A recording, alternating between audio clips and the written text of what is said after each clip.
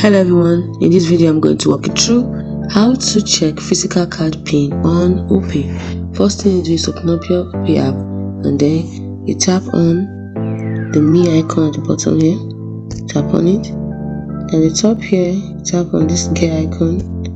Once you tap on it, open up this page where you have to tap on payment settings, the second option here. This open up this page where you go to manage physical card, which is the last option here. So once you turn it on, your physical card will appear.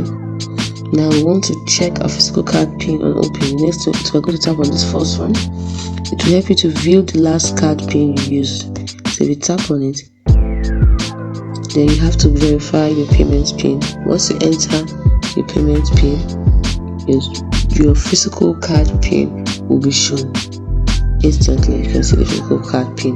It's as simple as that.